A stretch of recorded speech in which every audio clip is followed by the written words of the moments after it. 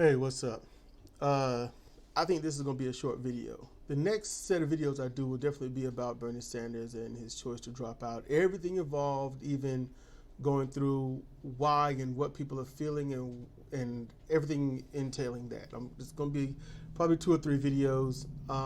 So I hope that's something that'll interest you. Right now, I want to talk about these little cowards out here. And I got to call them cowards because they're just cowards. These, hashtag film your hospital, film my hospital and stuff. At first, when I heard that hashtag, I really did think it was, show the hospitals. It's showing what's really going on, showing, hey, look, I really thought, okay, no one should be at the hospital. They told you to stay away from the hospital. Don't come here if you are in need of dire emergency. Only, not a sniffle and all that, dire emergency. Call 911. They send you through patient portals and things like that, and phone services for nurses and things like that. So they can do their best to assess your symptoms or whatever the emergency may be, and then they will. That is risky. So being safe is not just about staying inside and away from the virus. It's definitely about not getting hurt. Don't do stupid stuff, and knowing that you're not going to see anyone in the waiting room. The waiting room was full of people that skinned their knee, got a sore nose or something like that, had a slight cough for like maybe 40 minutes, things like that. Right now, the hospital has been reduced to exactly what it needs to be: emergencies. Okay, it's not for the hypochondriacs. It's not for those that are just consistently wanting to be in attention or someplace to be around people or to get away from the house, and take up space. No, it's to be there for an emergency. All right, that's the point of it. So there shouldn't be anyone in the waiting rooms.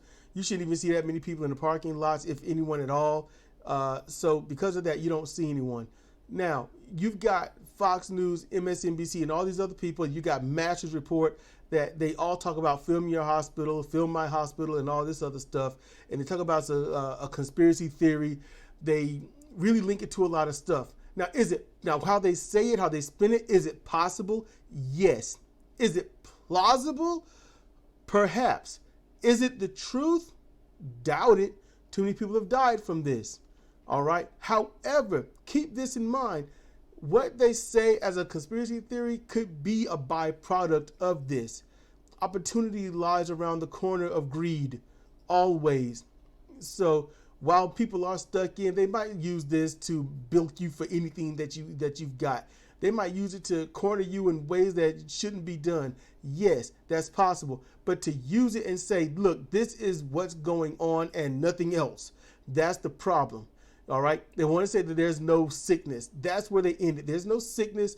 There's no COVID-19. It's just a flu. They downgraded to a flu and all this other stuff. And they use confirmation bias of no one in the parking lot and all this other stuff, and no one in the waiting rooms that they can see from the outside for hospitals that do have that. I know hospitals and clinics around here, you can't really see anything from the outside. You just can't. You just see a lobby where people walk around, and the waiting rooms and stuff are around the corner. Now, when it comes to these people, I wish you would just, put your money where your mouth is. I suggest you sign a consent, waiver all of this, the hospital being at fault of anything, of you getting sick or anything. Because you know what?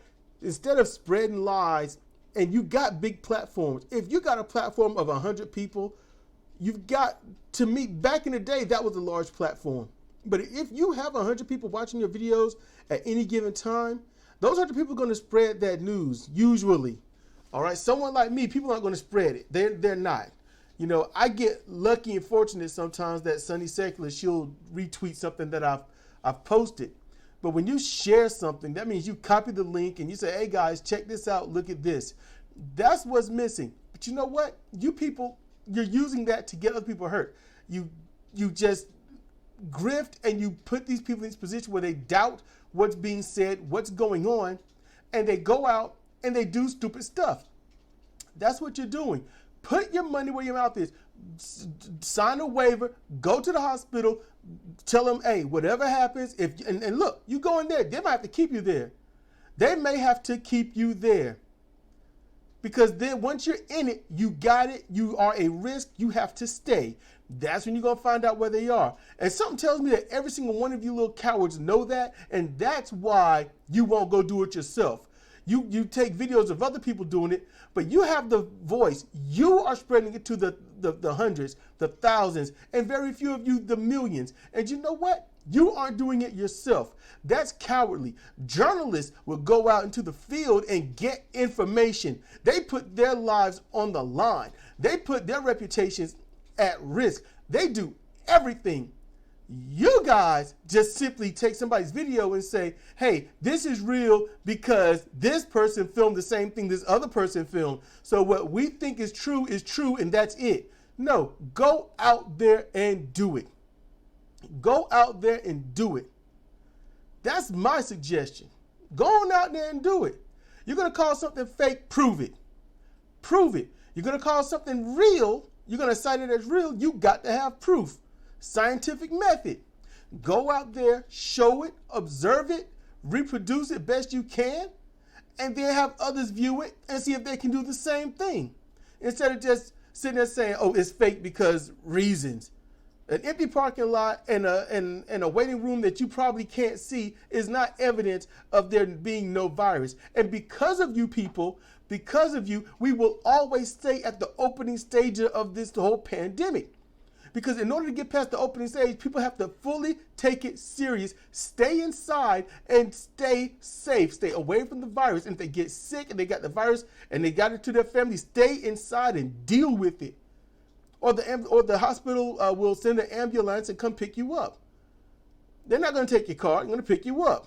You're not going to see cars in the lobby, in the parking lot because of that. Or the car park, as which some would call it. You're not going to. So please, if you're not going to go out there and physically prove it yourself, silence yourself. Silence yourself.